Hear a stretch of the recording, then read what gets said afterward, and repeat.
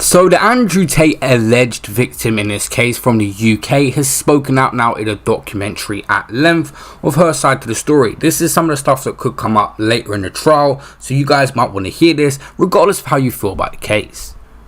She's Andrew Tate's ex-girlfriend, and she's decided to give her first interview to File on 4. I think that's her actually, because I recognise her from her pictures. I'm meeting her in a car park of a motorway service station because she's scared and doesn't feel comfortable to let us visit her at home. She asked if we can talk in my car. We're going to call her Sophie. She's worried about a possible online backlash from Tate's followers. Her words are spoken by an actor. If you need to stop and just take a breather, let us know, because we can do that. Okay, thank you. Thanks for that. She arrives wearing a black fur coat, looking flawless. She's nervous. Her hands are shaking as she speaks. It's very difficult because I don't feel like a victim. I mean, all the choices I made were of my free will. He didn't, bundle me up in a bag, throw me in the back of a lorry and drive me there.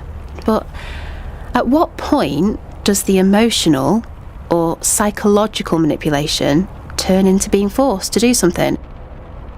Andrew Tate and his younger brother Tristan are in custody in Romania while police investigate allegations of rape, trafficking and organised crime. Prosecutors say that the brothers recruited victims by seducing them and falsely claiming they wanted a relationship, before manipulating them into working in their adult entertainment chat rooms. Everyone's been in love before. Everyone knows the power of that emotion and the things that you do for it. Any kind of rationale or logic kind of leaves your body and you find yourself doing things that maybe you wouldn't normally do, and this is just another one of those situations. Since Sophie first met Andrew Tate, he's gone from obscurity to global internet sensation. It was kind of annoying to see his name everywhere, but I knew. I said it to all my friends. It's a matter of time before they figure out what's really going on here. She spent months in Romania with Tate, believing that she was Tate's girlfriend.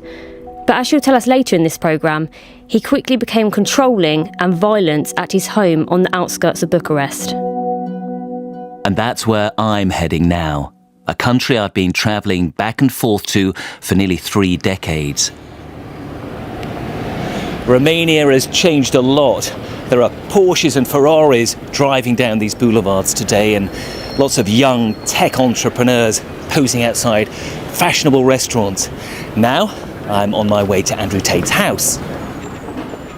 I'm saying if you want to be happy as a man... 50. Down to get them to doing it. He flew in to Romania. There was no mention of webcamming when they talked on Facebook. To Romania, and she ended up in Tate's weird meat factory home. My life where everything sort of felt a bit boring and a bit dull. She thought that she was going to be his girlfriend. She had no idea what actually lay in store. He made me feel he was very charming. 50.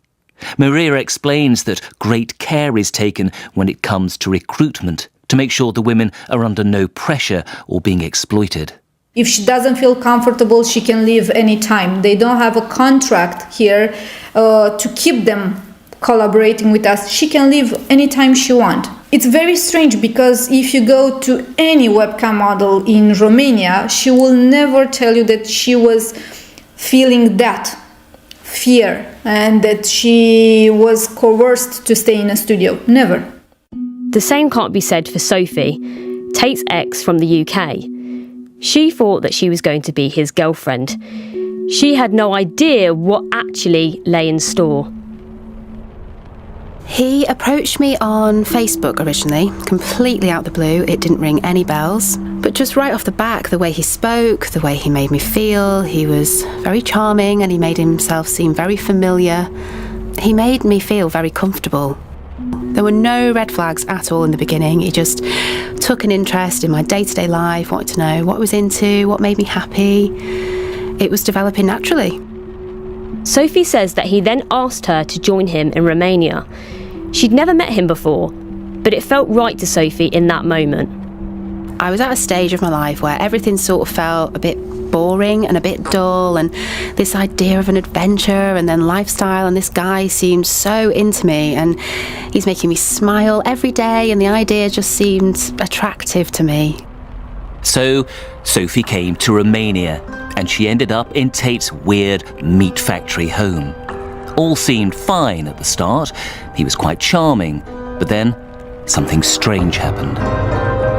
Well, the first couple of days of being with him, he was as I expected him to be. And then I can't remember how long I was there for the first time. I think it was 4 or 5 days. It was quite a long time considering it was the first time we'd met, but he just disappeared in the middle of the night. He was in bed next to me and I heard him get up and I thought he's just gone to the bathroom, and he just didn't come back. Sophie was in his house alone for days. The man she thought was her boyfriend had vanished. It was odd, and in hindsight, a little disturbing. But she had no idea that this was his MO, that he targeted women that he hoped would work in his expanding webcam empire, treating them like property. Tate had devised his own user's guide for how to recruit women into webcamming, which he shared on something called pickupartisttools.com, not a site I frequent. What these young men tend not to talk about is the violent nature of Tate's relationships with women. And Sophie was experiencing Tate's violence firsthand. There was some disagreement about something, and he just, he held me up against the wall and he slapped me really hard and followed it with, "You whore, you something or other." In bed, rough sex turned into something she hadn't consented to. Most of the violence was sexual. That's obviously something that he's into. He likes to feel completely in control of the woman and feel like he could take their life away at any second. That is a big sexual turn on for him, which is crazy and disgusting. But at the time, I was just so intent on wanting to please him and just wanting him to be happy that I was kind of just, yeah, okay, do whatever you want.